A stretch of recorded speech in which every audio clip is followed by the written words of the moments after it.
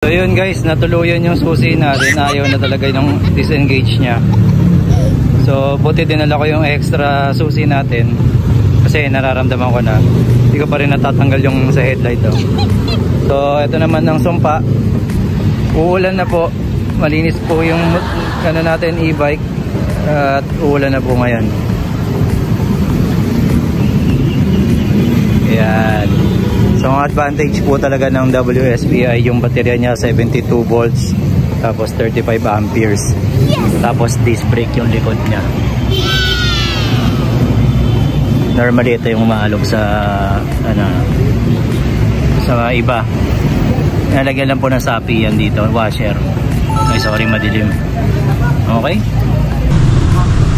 Bagong-bago pa yan sa'yo ha?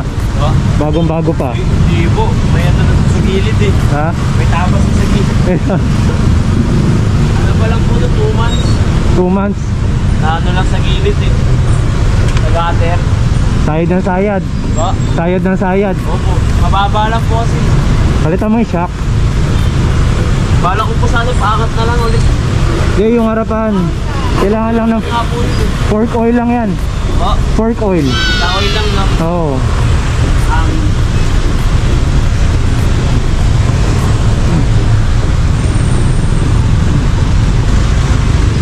Tapos oh, nakita mo. Ay, thank you po, thank you.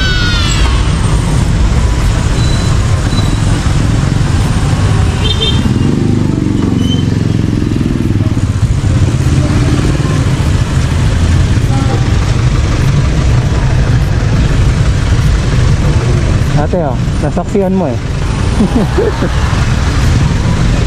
Laga lang si Kuya. Ano ba? Kuya. Chill na. Chill ride eh. Ride tayo, ride. Yan boss, ride tayo, ride.